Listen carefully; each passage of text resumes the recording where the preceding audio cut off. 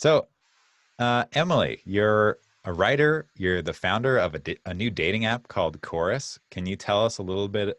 Actually, why don't you tell us how we met? I'm like interested to hear your version of the story.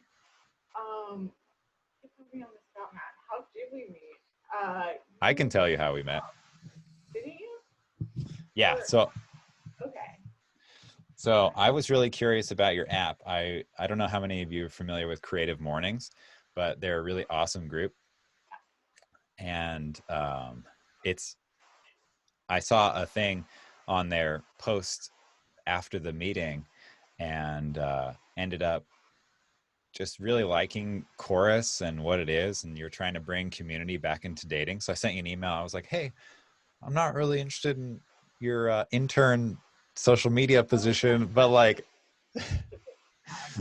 We were looking for like community engagement, and you're like, I do community engagement. it's like I I was do like, community stuff. So like if you want to, and anyway, we've had a bunch of conversations since, and I think that you're so fun to chat with. And yeah, I'm really excited to have you on the show on creative. What is this called? Creative Lunch Club is what we're calling it. yes, I love it. I love this idea. I know all of our conversations are very different. So, um, I'm I'm seeing in the chat on our Zoom call that they can't hear you very well, oh, um, or that they can't hear you at all. oh, So really? I'm not sure what Okay. microphone do you have selected for your Zoom call? Do you know? Um, Bear with us while we do is some now tech better? stuff, Is everyone. it better now at all? Yes, Yeah, people better are now. giving me the thumbs up. Perfect. Great. Thanks, guys. Okay, great. Yeah. So you're a writer. How did you go from writing to starting a dating app? Okay, right. It's a little bit of a circuitous journey. So I started in tech. I was like an electrical engineer in college a million years ago. And I worked in tech for a while, and then I got sick of, business. I went to business school actually. And then I worked for nonprofits for a long time. And I just started writing, I guess, like 5 years ago now. So it's not so long, but I was like 34 when I started writing, Hmm. 4 years ago, whatever. So it's not like I've been doing it all my life at all. But I love talking about relationships and dating. And I would like talk to my friends about it constantly. And, online dating was starting to take over. And like I was fascinated by that whole world. So I just started writing about relationships and dating instead of just like talking about it. Hmm. And then I just got obsessed with writing, and I would like take classes all the time and just spend all my free time doing it.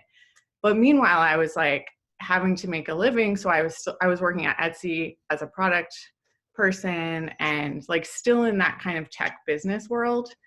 And then a few years ago, I quit to focus more on the writing and got an agent and was doing a book proposal and this other stuff.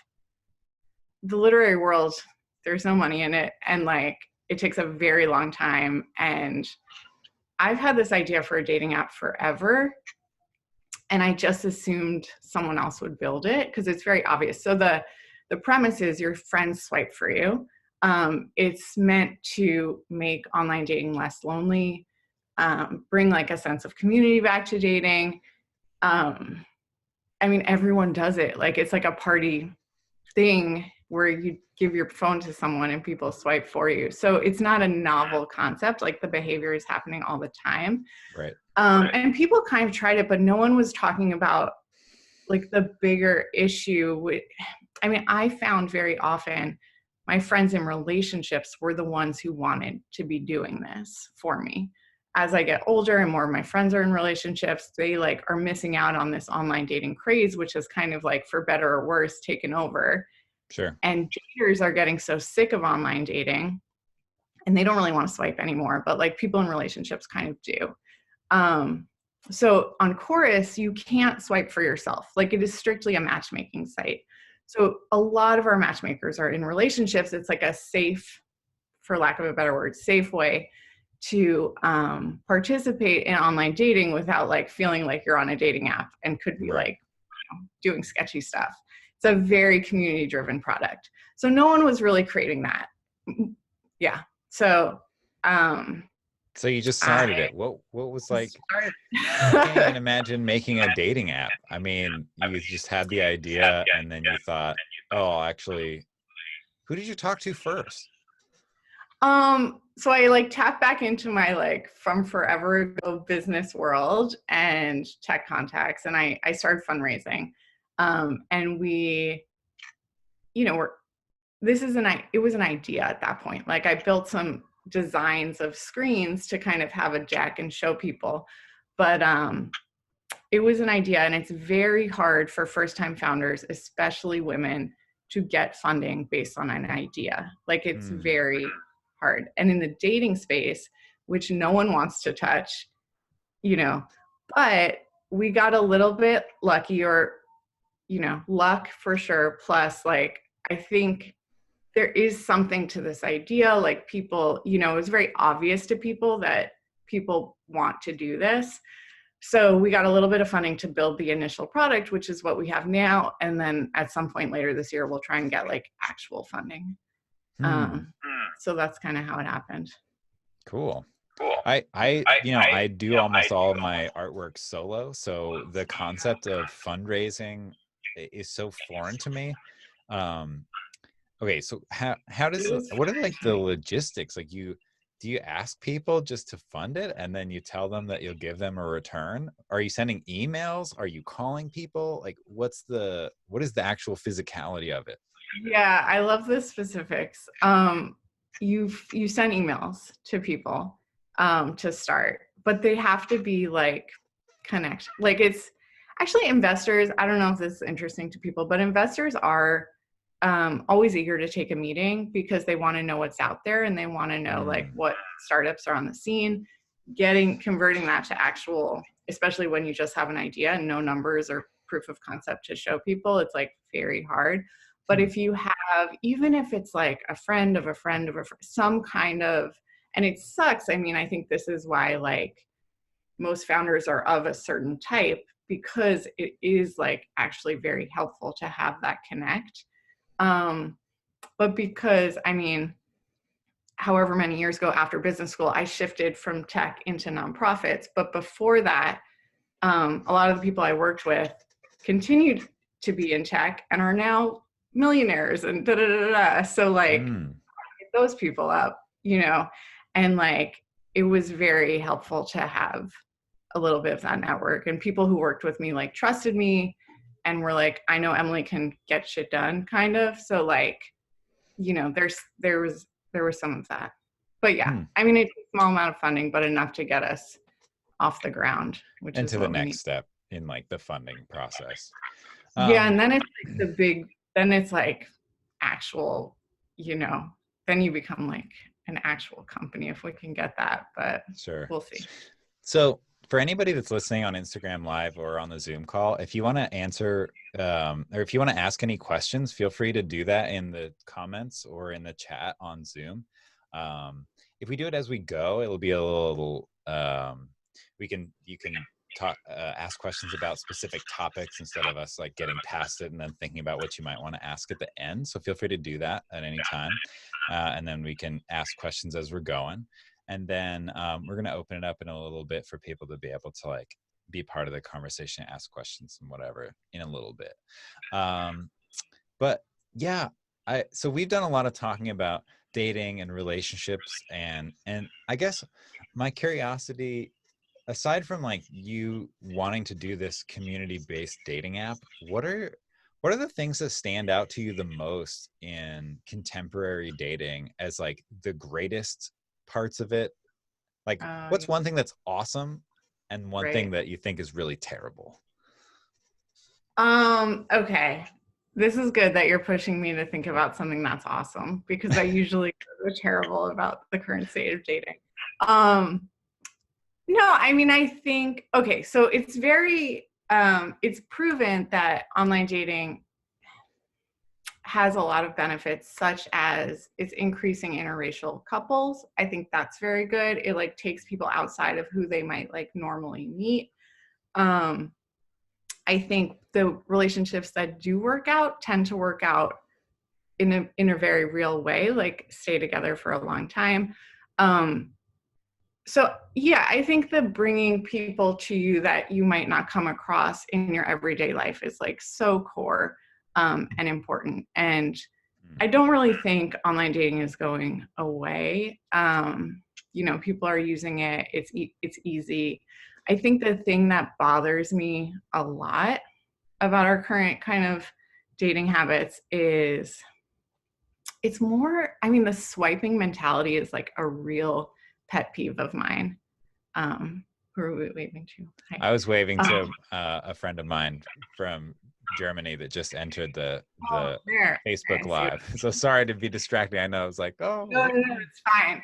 No, the swiping mentality is what really gets me, because I think if it's forcing us to focus on this image of a person and kind of treat it like a card game. And it is this kind of game mindset. And I think we are seeing that play out into how people then interact on these, where like essentially they don't really interact, like they're playing Tinder or whatever, and then they forget about the people that they actually match with, or they don't really care, or they drop off and ghost. And it's just, you know, these are real people, and some people might actually be more engaged in that than others. And then people end up feeling so much apathy towards the whole thing. And like, yeah, you can't like facilitate connection based on that. And so the swiping mindset, and then also just like the overabundance of seeming options, I think, you know, it's interesting because like half my dating life was like pre-online dating, and then half my dating life was like post-online dating.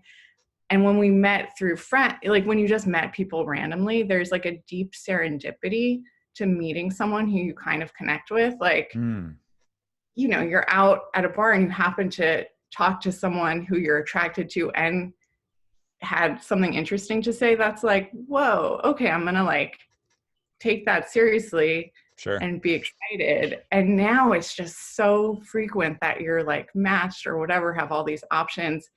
I mean, they're false options because it's not like people are each going one on a is million. not like the perfect person, or there's lots of things that you can't pick up that you pick up in person, right? Totally. But you're seeming like, oh, there's an endless pool of people to like look at least.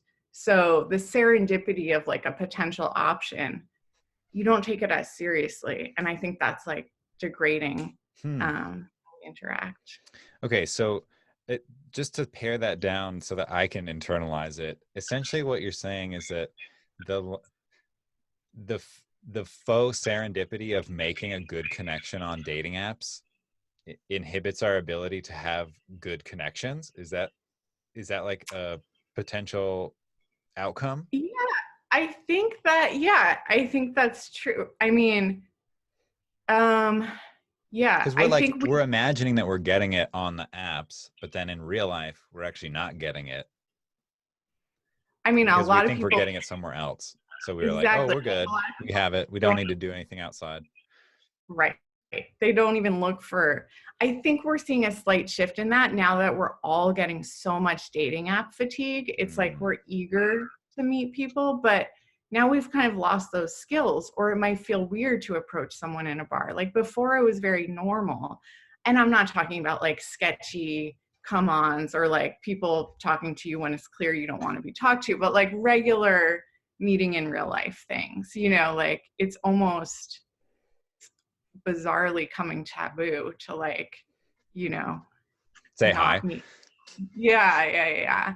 So we've talked about this before, and we've talked about maybe making some kind of toolkit for people interested in dating out in the wild. And I think that I am confident in just going up and saying hi. I rarely ever do it with a dating context, but because my work is participatory in nature, I'm used to talking to strangers about whatever all the time. And so if I stay away from going up to people that I find attractive, or even in a bar setting, if I hear somebody having a conversation that is really interesting that I'd like to jump into, or maybe like somebody that I find attractive, like, is there even an opportunity to do that anymore? Because I hesitate to do that because it seems like I don't want to upset someone or you know, make someone feel assaulted by, you know, in advance or something like that. But should people be doing that? Like, what's the right way to do that? Do you have an opinion on this? Yeah, and like of course other people can chime in too, but I do. I think of course we should be meeting with people. I think the right way to do it is like um with no expectations or so, like politely and without we've talked about this. Like, I think it's very helpful to approach meeting a new person with the idea of like, I kind of want to connect with this person. If I'm attracted to them and it turns into something romantic, that's great.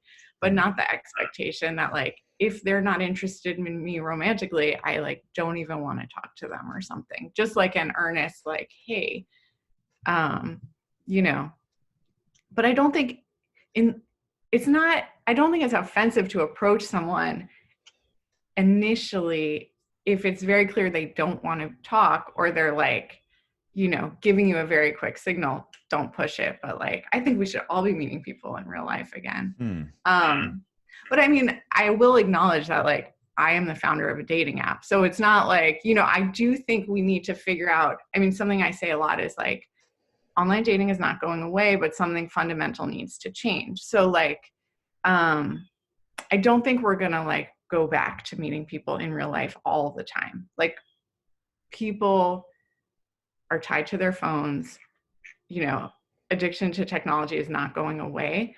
But how can we structure that experience so it's a little more like human, that it doesn't feel so isolating? Like before Chorus, my experience of like being on a dating app is like very in my bed, like before bed alone, like very sadly kind of swiping Tinder.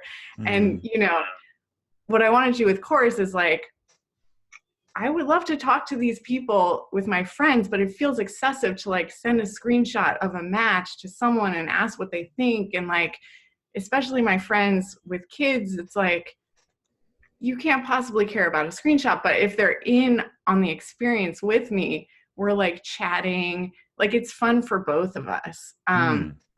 And so I'm meeting people, but it's not so isolating. And I care about these people then on my screen a little bit more if my friends are kind of caring with me and they're like, no, this guy is like a good match. Like if they're setting me up, I'm like, okay, maybe I'll give that a shot. So it's like, how can we, you know, yes, let's meet more people offline. We're doing events all the time. Like Chorus is very about more authentic connections, but also like, how do we rejigger that online experience so it's not so like draining of human, I don't know, like, you know, that, so it's not just such a game that we play by ourselves. I'm seeing in the chat that there are some questions on, like, is it a subscription service? How does it work? Can I do a screen share of your website? Can we explore Chorus a little bit? Yeah, please. Okay, so the website is, talk about it. Yay. Okay, the website is Instagram live here. Okay, so this is Chorus. It's at getchorus.co. Is that correct? Yes, that's right. Sweet. Couldn't get that .com, but that's okay. That's all right. Okay. So you create a profile and you sign up. Do you have to pay for it? No, we're 100% free right now because we're small, we're grassroots, we're just getting going. But we do, you know, we have a user base, like there are people on the app. Okay, so the first step is you choose if you're a matchmaker or a dater. Very soon you'll be able to be both, but right now you choose one to start. Okay. And then daters create a profile like normal and invite matchmakers. And matchmakers invite. How does one find a matchmaker? I asked my friend Adam to be my matchmaker. Nice. Yeah, one needs at least one friend or person in their life to be a matchmaker. You know, there have been requests for like, can Chorus get us a matchmaker? And right now in this first stage, it's like all about friends helping friends. And one of the things we say is like, I'm not trying to put like a value judgment on anyone, but we are a little bit about quality over quantity in our people. Like we don't want 1 million gazillion people who aren't relevant for each other. So like Sure. all our things are like referrals of friends. And you need to have at least like a friend who cares about you and is invested to like be on chorus. And like personally, I value friendship a lot. And like I want to date someone who has a friend who would like be on there with them, you know? Yeah, sure. So community is a big part of like what we're doing. So you need to invite, you know, it doesn't have to be a friend. It could be like a family member, like, you know, someone who like wants to be in there with you. Right. And you can have as many as you want. Like because obviously I have a large number of matchmakers. And so I could see in my matches, like who, like 7 of my matchmakers like this person for me, and like only 1 matchmaker like this person. And you can kind of see like it's very interesting social experiment. And then yeah, any matchmaker or dater can sign up first, then invite their counterpart. You know, matchmakers can invite daters to join. Daters are the only one who makes a profile, and then matchmakers can view that profile and send feedback, because something like creating dating profile, I've been online dating for like 10 years and it's still weird for me. Like even when I created my course profile, I'm like, Got okay, it. what do I say again? Like, where am I at now? Which pictures do I Okay, use? so you make a profile. Michelle asks, how does it actually work? So you make a profile, and then you choose matchmakers, and then they're swiping for you and you're swiping. No, you cannot swipe for yourself. This is like a fundamental thing on Chorus. Like if daters want to swipe for themselves, they can go to any other dating app. There are a gazillion dating apps. We are trying to like give daters a break from this kind of swiping mindset and allow people who maybe, you know, like make it a step removed. So other Right. people are kind of helping you out and doing it for you. We have a lot of events where if daters want to meet people, they can do that. Like if daters want to be proactive and involved in their dating life, they can come to our events and like daters are meeting each other. But this swiping thing, like let your friends do that for you. Give yourself And a break from and I swiping. want to give you a big shout out because you know, I've been a fan of Chorus and you since we met, and I think that the things you do are great.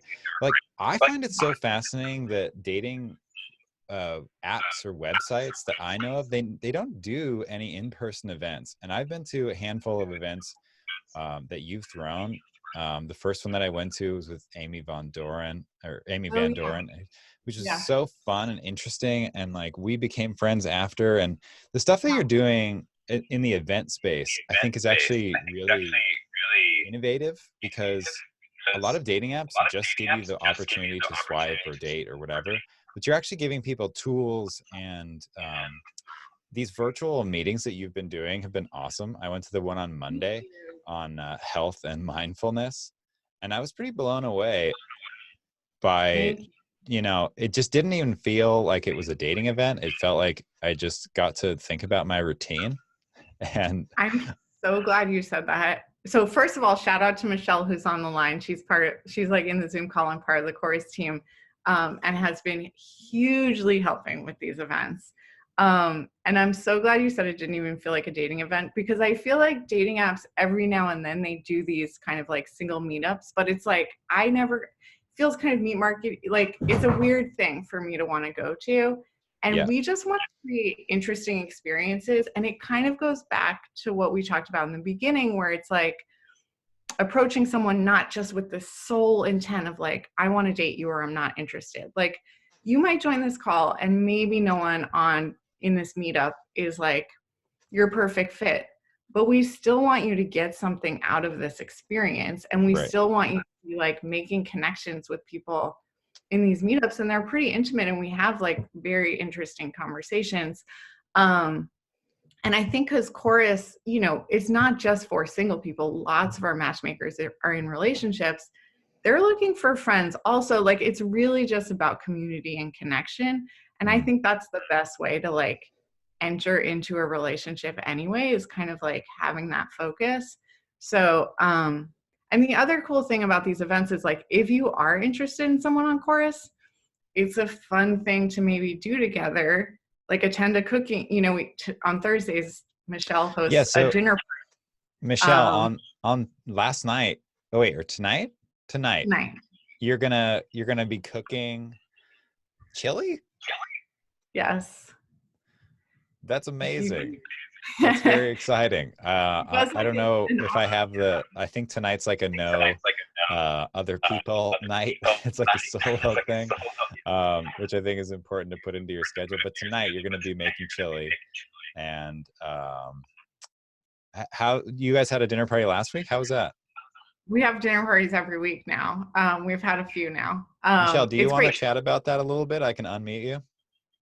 Sure. All right, you should be unmuted. Can you hear me? Oh, no, we can't. Oh, yeah, we can. Okay. Can you? Yes? I think what's happening. JD said he can hear me. It's her. I have a theory about this. Noor, can you hear me? Oh, everyone Sorry, but you Instagram guys Live. can Hang hear on. me.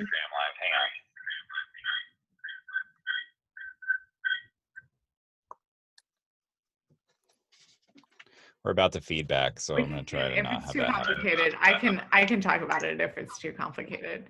You guys can join for Michelle tonight if you're interested. Okay. Now we should be okay. Can you guys hear me now? Well, they can hear me, so I'll just talk. But for some reason, you guys can't hear. But yeah, so I just love to cook. I think the audio is very bad. I think it's pretty bad. Oh, wait. I think I fixed it. Okay. Try again. Can you guys Is it hear not me? fixed? Yes. Okay.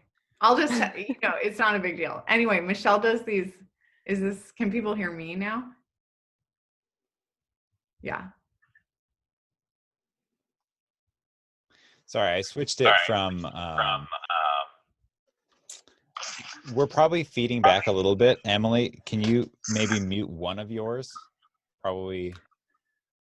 I think we should just keep going because the technical issues are gonna, if that's okay with Michelle. I'll just do the quick explanation. Yeah, she does an awesome job, and you can hear from her tonight and many nights on our calls. And then we just kind of like chat about different topics.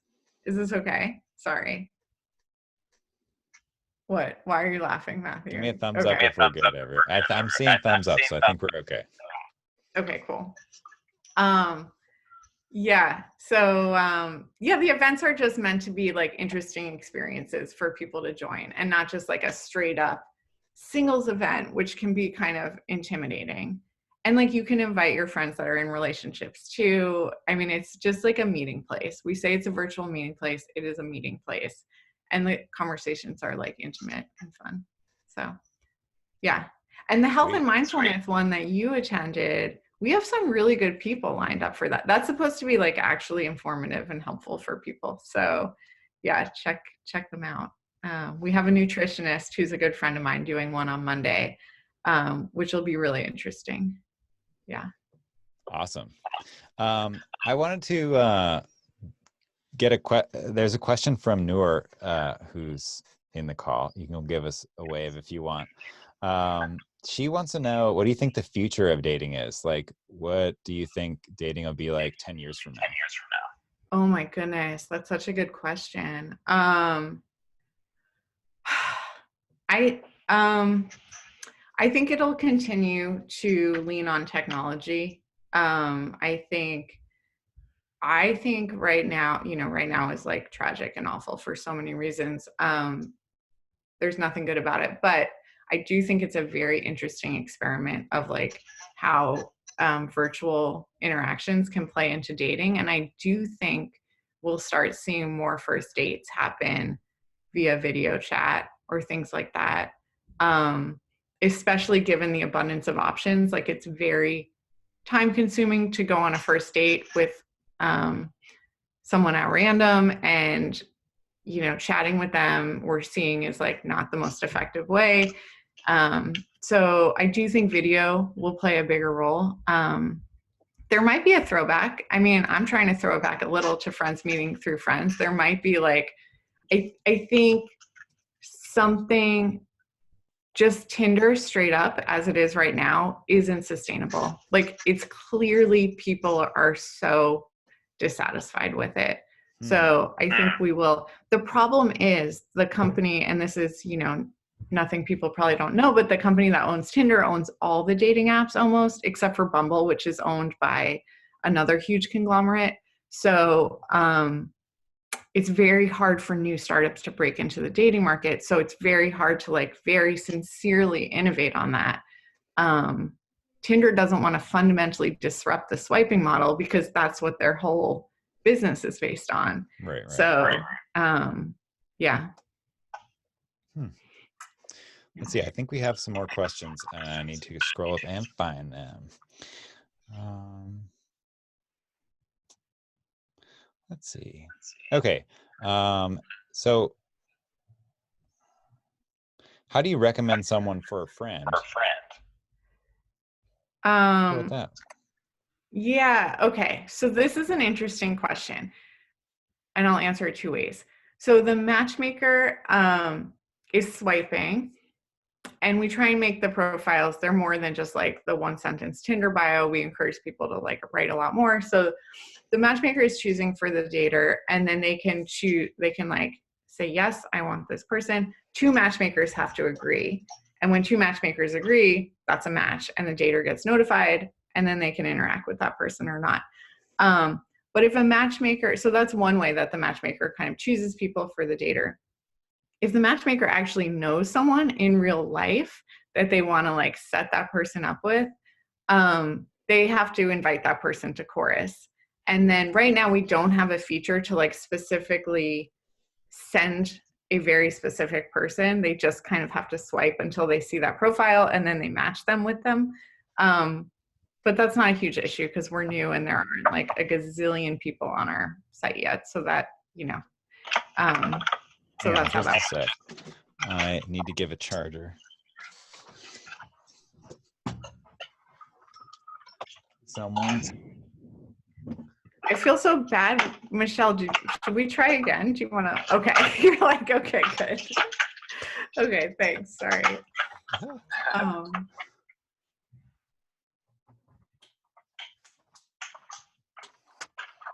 That's so funny. Everyone's in a funny situation right now. So I've got my closet office, which I'm excited to have, but you know, everyone's figuring this out. I think this is so fun. In terms of creative process, I'm into all the nitty gritty of like, how does everything actually work? I know. That's been pretty fun. I was talking to friends last night about how video meetings or calls, whatever, it's like a different level of intimacy with your coworkers because you're like in their home, like right. You're seeing all these other, yeah, it's very interesting. Okay, so JD's curious about your users and daters. What's it like? Do you have like, are you in the beginning? Is there like, are your numbers massive? Is this taken off?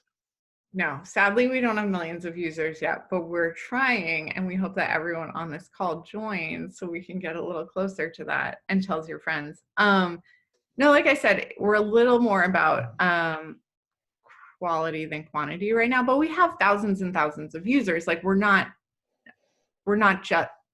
are just starting. We launched in December, but people are getting this idea and sharing with friends. So like we have a user base. You go in there, you see people, they're great people. They're all referrals.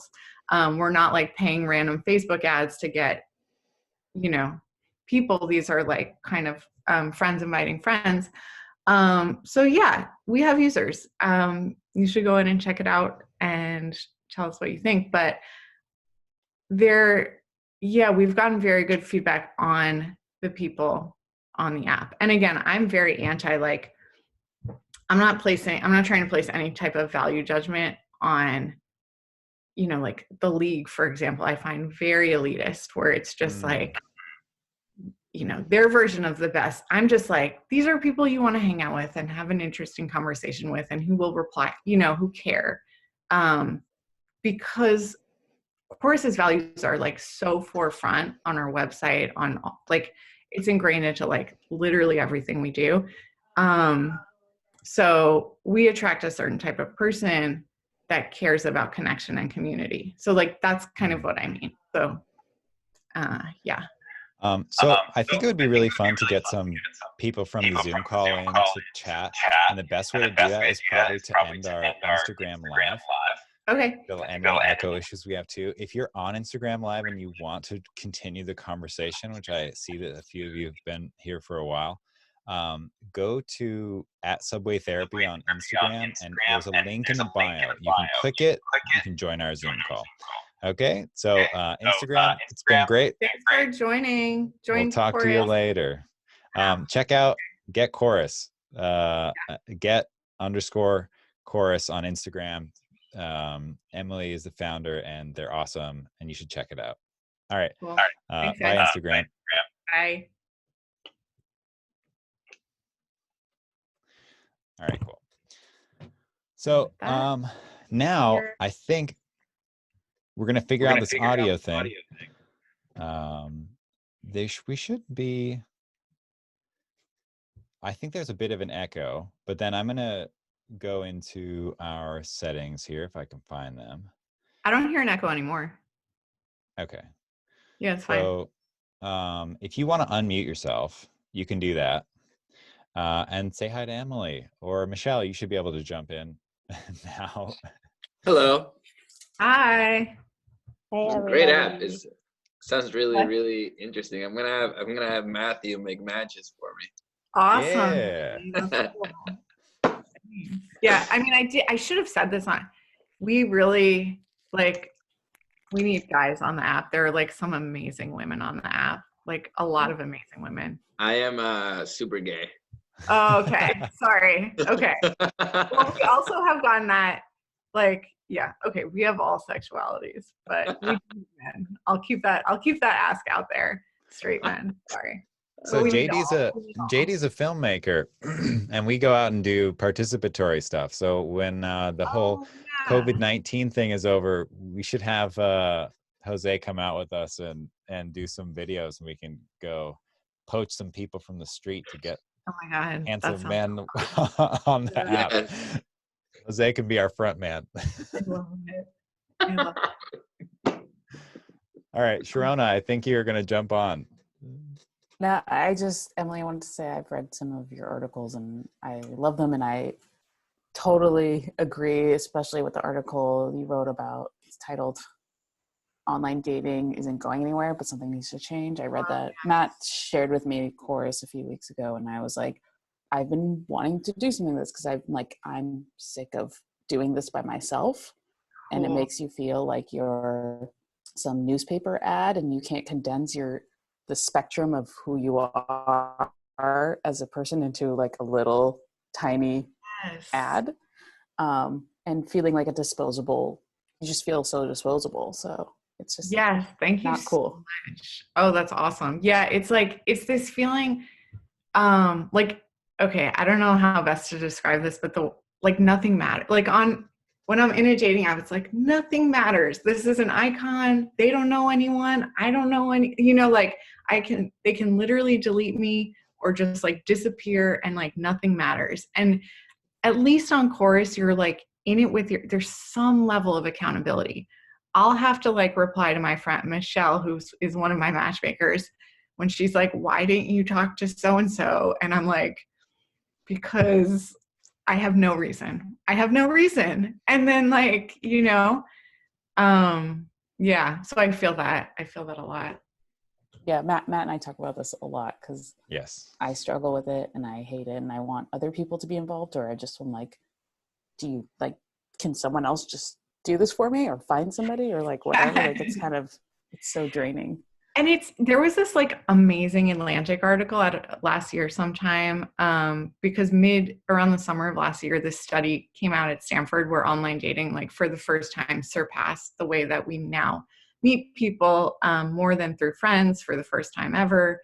And so there was a lot of commentary on it. And this one writer made the commentary that at a time, it's becoming so lonely. The process of dating is becoming such an isolated experience, where it's completely reliant on the self and the person dating, versus it didn't used to be like that. And at the same time, our expectations for partners are going way up. So it's just placing this like tremendously heavy burden on a sole person and making it like harder than ever from like multiple fronts.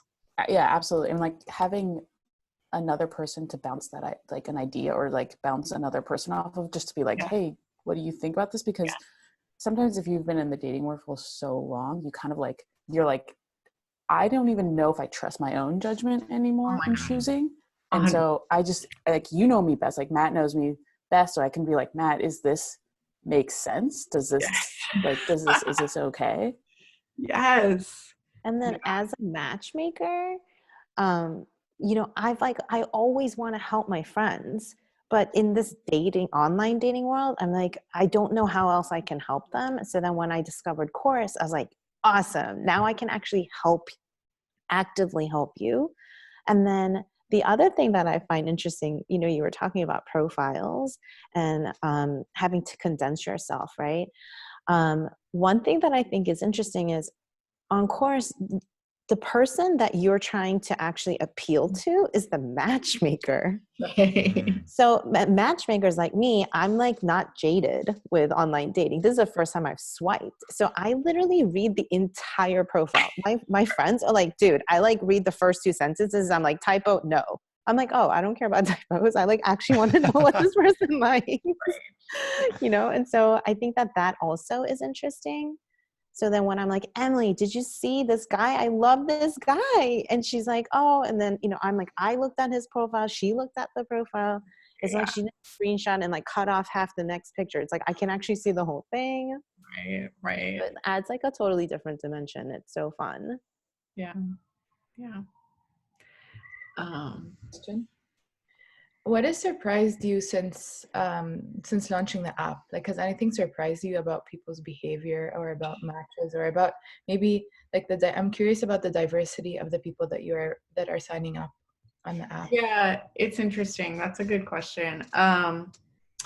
We don't I don't know a ton about like our racial diversity because we don't really ask that, but I will say, and this isn't totally surprising, but it's notable. Like 85% of our matchmakers are women, which is not hugely surprising, but I would love to explore how to encourage men to support their friends in the dating process. And after talking to men about this for, excessively, I think it's a very natural expansion for women to, like Michelle said, want to help their friends because we are talking about these things constantly over dinner, whatever. We're digging into this constantly. And for at least straight men specifically, not that it doesn't happen at all. I mean, I talk to my guy friends a lot about it, but I think between them, it is less common. And so it's not a natural extension to be like, hey, dude, do you want to do this for me? And I would love for that to feel more natural because the guys I do talk to are like, yeah, I mean, it's really helpful to like to articulate what I'm actually looking for and to have that like deeper conversation. It's not as natural. I don't know how else to say it. So that's been a really interesting thing to like, I guess, have validated or something because it's not a huge surprise. I'm trying to think what else, Michelle, if anything comes to mind, because we did a ton. As a matchmaker, because I'm swiping, I can actually, and also we launched specifically in New York and San Francisco, which just demographically are very diverse in every sense of the word. And it comes through on the profiles. So like really like every type, every shape, every color, every like and dislike you see. And actually for me, it's really fun. So I'm like, oh my gosh, like reading about different people and their profiles. And so I think, I actually think it's amazingly diverse, which is great because I matchmake right now for 7 different people. So I know that like this person, I'm like, oh, it's not a good match for Emily, but actually for this other person, totally. Mm-hmm. So then I swipe until I find that person. I'm like, boom, yes, I would match you with that person.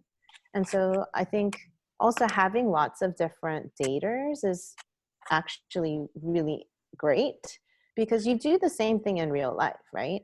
You know, my single friends, like when we go out or now when we FaceTime, you know, and they're like, come on, you gotta know someone. And I'm like, but you know everyone I know. Right. And you're not dating them. But when you're swiping, it's like, oh, okay, this person, because I know you, I think this would be a good match. Mm. The different, I JD? will say, like, just Tinder and Bumble, I think target a way younger audience, and we definitely target like, 27 and older or whatever generally. Not really like Tinder and Bumble like started in college campuses essentially and like expanded from there. And we're kind of like starting with 35-year-olds and expanding from there. Like I would say our audience is like, yeah. But hey, JD, so I only have one dater that I'm swiping for. She's actually bi. So I haven't had the chance to swipe for a gay man yet. But so I can't speak for the diversity on that platform because I just have, obviously, I'm not swiping for that. But first of all, I'm super excited you're joining. And then I would love to matchmake for you too, because then selfishly for me, then I can see who the other gay guys are on the platform. Nice. Yeah, I love that. I'll send you my matchmaker code later. Okay. Oh yeah, I should have explained. Oh yeah, go ahead, Jay. Other dating apps I find very stressful because like you match with someone, you start chatting, you get excited, and then like suddenly if they stop responding, I don't know, like you were saying, like there's no accountability or something. It's like very jaded, and you're like, oh, this person stopped responding. I would just find it so stressful that I just like stopped doing it altogether. I was like, I'll date myself. Right. I'm with you. I'm totally with you. I mean, and now, like, I say that, look, I do admit this, like, it's not that all bad dynamics on dating apps is like eliminated with Chorus. Like, it's not like ghosting will never exist on Chorus. But at the very minimum, at least you can chat with your friend and be like, WTF, John just completely, and then they know who John is. And then you're like, right, not feeling completely insane, Yeah, I like that. And you can also, like, we have emoticons. So if like, let's say I match somebody for Emily and she's like, oh, like, don't do this to me, because now I feel compelled that I have to talk to this person, right? So she will, because she's a great person. But now in the future, I'm like, oh, okay. And I'm like, well, why a thumbs down? Tell me so that I don't do that again. Oh, I see. Well, I mean, and we're also sort of like, I mean, I'm not gonna lie, like I'm a little conditioned by these apps to be, I guess, for lack of a better word, a little superficial, because you're just like based on like images, you know what I mean? And there's I get this sensation of knowing like, this, it's not necessarily a specific look, I feel like attraction is like goes a little bit beyond a person looking a specific way. They just have something that jumps inside you where you're like, oh, I want to talk to this person. This is my next mistake. Yes. Yeah, totally. But again, because you're gatekeeper, you are not the gatekeeper. Your matchmaker is. So like, even if it's somebody that Emily might have maybe swiped left on, I'm like, no, I'm swiping right, and this is why. Like, you keep dating these, I'm making this up, this is not really Emily, but I'm like, you keep dating Right. this type of person, but I really think you should try talking to this type of person, right? I'm swiping right. And then it makes her like pause and think, well, I guess Michelle does know me. Like, let me give it a shot, right? So I think like online dating has actually narrowed the funnel. Like, people have narrowed it for themselves because they're so fast to swipe left. Yeah. But this kind of forces them, like putting them into a different mind of consciousness from their friends who are giving them opinions. on these profiles. So you'll Yeah. see once I start swiping for you. May I ask a question? I guess I missed this, but you have to have you have to know someone that is a matchmaker for you, or so it can be No. anyone. Like I Yeah, can be on the app, but not have a friend get on the app to match me with someone. no, you need to invite someone to be on course with you. Oh, okay. So you have to be like, hey, Bob, or whatever your friend is, like, can you join this as a matchmaker so you can swipe for me? And can you have more than one matchmaker? Yeah, I have like 20 right now. Oh, nice. Wow. So Matthew, I'm recruiting you as well as my matchmaker. Okay, sounds good. We can do it and I for have- each other. Okay, perfect. Yeah, we're gonna find Matthew a girlfriend too. Yeah, Sounds good. Matthew, you must have a bunch of matches on course by now. Right? I think I have a handful, yeah. I've Yeah, had but a it's- really fun time using But it, it's actually. good to see other what they think. Like, never have too many matchmakers is my standpoint, because it's I love very that. Okay. Cool.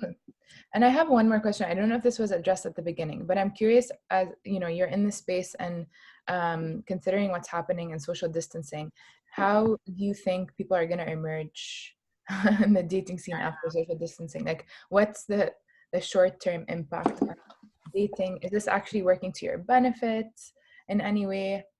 Yeah, I'm pitching an op-ed about this actually right now. I think there is going to be there's a helpfulness in disrupting the dating norms that we've gotten ourselves into right now, which is incredibly it's like too fast and superficial. And so now, like, having to slow that down and not just kind of like meet up with someone, hook up with them, and not text them back, and pretending you don't have an excuse to not really text people back right now, other than you're just like blatantly ignoring them, and having to have conversations with people before you can actually like jump into physical intimacy. I don't think it's the worst thing in the world for us to practice that for a little bit. There might be certainly like a short-term immediate impact where everyone just has a lot of sex right after this is over, but I think the longer term impact of like maybe phone calls come back. I would love if phone calls came back. Maybe video dating is the first date, and that saves a lot of people a lot of time. I do think maybe we get more comfortable with longer, more like substantial text chats and, back and forth emails or something. Like, these are all things that are very appealing to me. And I think that could be really interesting. Like, this is why we really jumped on these virtual events. Like, I think it's fascinating, the idea of an everyday hour-long meetup where single people can just join interesting activities and like maybe meet someone new that they connect with is so low effort for people to kind of come into. You're not really having to go out. You're not having to spend any money. You're not having to like dress up, at least not from the bottom down, or like do whatever you want with your shirt. But, it's a really interesting experiment. Like, post-corona, that could be a thing that people can easily meet someone any night of the week without leaving their house. That's very cool. So I don't know. There are things that I think could come out of this. Any other last minute questions? We're approaching 1 o'clock, and so we'll finish up our creative lunch club here pretty soon. But if somebody has a last question that they want to. Yeah, Michelle, you said something about a code. Like, are you going to see me when I join the site and then you become a matchmaker or something? No, I'll share my code. I'll give it to Matthew, and he could probably give it to you. Okay. Because right now, Matthew, very, very soon, as Emily said, soon he'll be able to be a dater and a matchmaker. But right now, because he's a dater, he cannot be a matchmaker. Oh, I see. Yeah. And so, I mean, Noor, I'm happy to be your matchmaker too. So I'll just put my code in here because you guys all seem pretty cool. And then now you'll have to talk to me on the app and tell me more about yourself, so I'm not swiping on weird people for you. um, there, oh, what was I gonna say? Oh yeah, the way it works is like when you sign up, you can add a matchmaker, or you can enter the code of a matchmaker to add them. And the way you Okay. add a matchmaker is you give them your dater code. Like it's all just a trading of codes. And we've had people like post their code to their Instagram story, or like or just like text it to a friend. Like you can do that. Okay. Yeah. Very cool. It's Yeah. I'm curious. Yeah. Yeah. Another thing that I wanted to mention before we get too far away from it is Sharona lives in Seattle. Do you have other communities, or is this just in New York and San Francisco? Okay. Right now? No, it's a good question. My network is basically New York and California, so that's where we started, because we can't spend money on paid ads right now. It's all network effect. So we don't close the boundaries. Like we're not like, oh, you live in this city, you can't join. So we have people everywhere.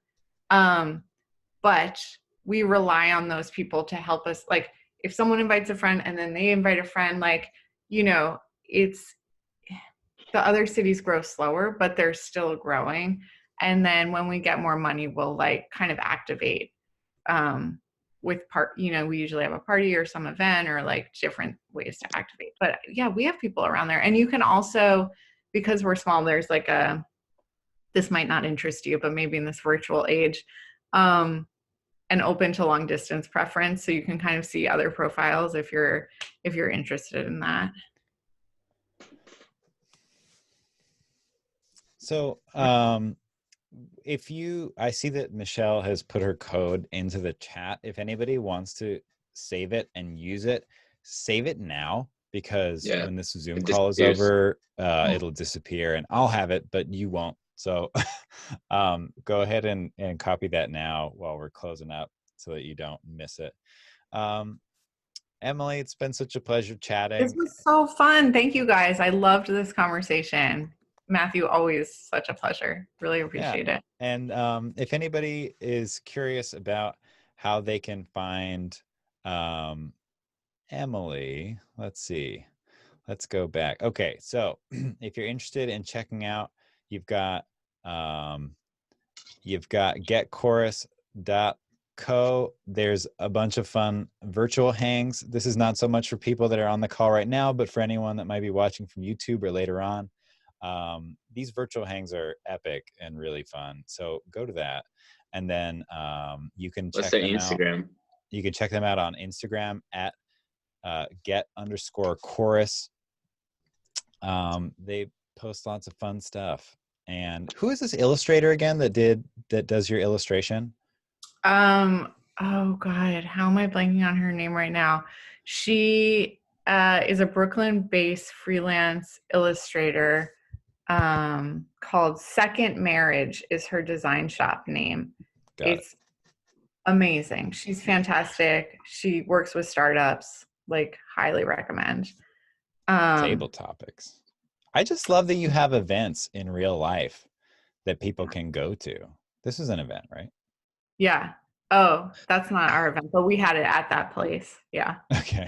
Selfish plug to come to my event tonight. Oh, yeah. Get your chili making game on. I'm making chili, but I'll teach you how to make it vegan if you're not into meat. And it's mostly, I just like cook for the first 10 minutes, and then you can see me like try not to burn myself. And then we talk about it. And then we talk about other things. We actually like just don't really even talk about food, but we end up just talking, and then other people just watch me eat. Well, I was honoring the thing that this is supposed to be a lunch meeting, so I was dunking Oreos. I noticed that. I saw you munch, and it was good. But I was also going to say, you can email me directly at emily@getchorus.co anytime. If you guys have feedback or questions, or just like want to talk about dating, like email me. And that's in the chat if anybody wants to jump on that. And then also, Emily really is a fantastic writer. And so if you go to mjsmith.com, her writing is awesome. and I'd highly recommend that you check that out. If you see it in the chat, you can click on it now before we go. Again, Emily is the founder of Chorus, a fantastic writer, just a really great person too, a thinker, somebody that I really enjoy talking to about lots of different things. And this has been a production of Art Plus People. We're a company or organization right now. It's just a one-man show, but people don't know that. So, we're an organization that provides programming to support a creative community for all. And then we also want to support artists and community builders that do great stuff. And so we've been doing this creative lunch club so that people from all over the place can gain inspiration, maybe think about how to start with their idea and then turn it into a reality like Emily has. And if you want to check us out, you can go to artpluspeople.com.